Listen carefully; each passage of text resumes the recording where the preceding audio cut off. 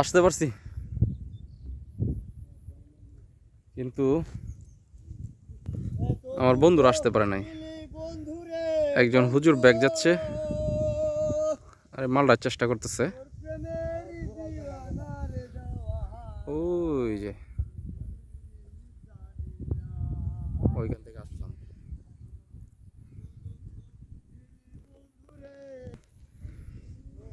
এই সেই পদ্মবিল।